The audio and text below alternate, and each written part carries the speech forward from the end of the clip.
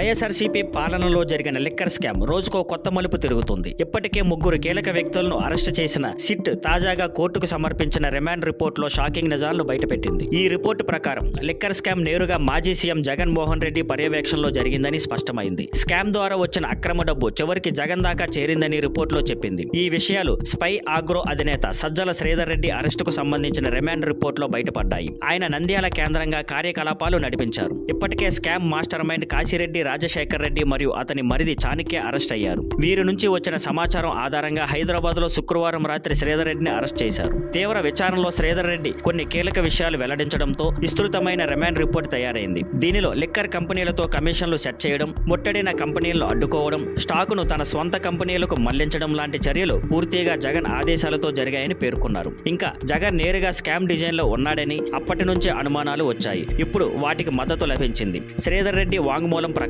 జగన్ సూచనలతో స్కామ్ పూర్తి ప్లాన్ తయారు చేశారు. ప్లాన్ తయారైన తర్వాత జగన్ ముందుంచి ఆయన ఓకే చెప్పాకే ముందుకు వెళ్లారు. జగన్ ఆదేశాలతో కొత్త లిక్కర్ పాలసీకి జీవో కూడా జారీ చేశారు. స్కామ్ ను సజావుగా నడిపేందుకు జగన్ నమ్మిన అధికారులైన వాసుదేవరెడ్డి, బివరేజెస్ కార్పొరేషన్ మరియు సత్యప్రసాద్ స్పెషల్ ఆఫీసర్లు నియమించారు. ఈ విధంగా ఏటా 5 ఏళ్ల పాటు లిక్కర్ స్కామ్ నిరాటకంగా కొనసాగింది. Thank you for watching. Please like, share and subscribe.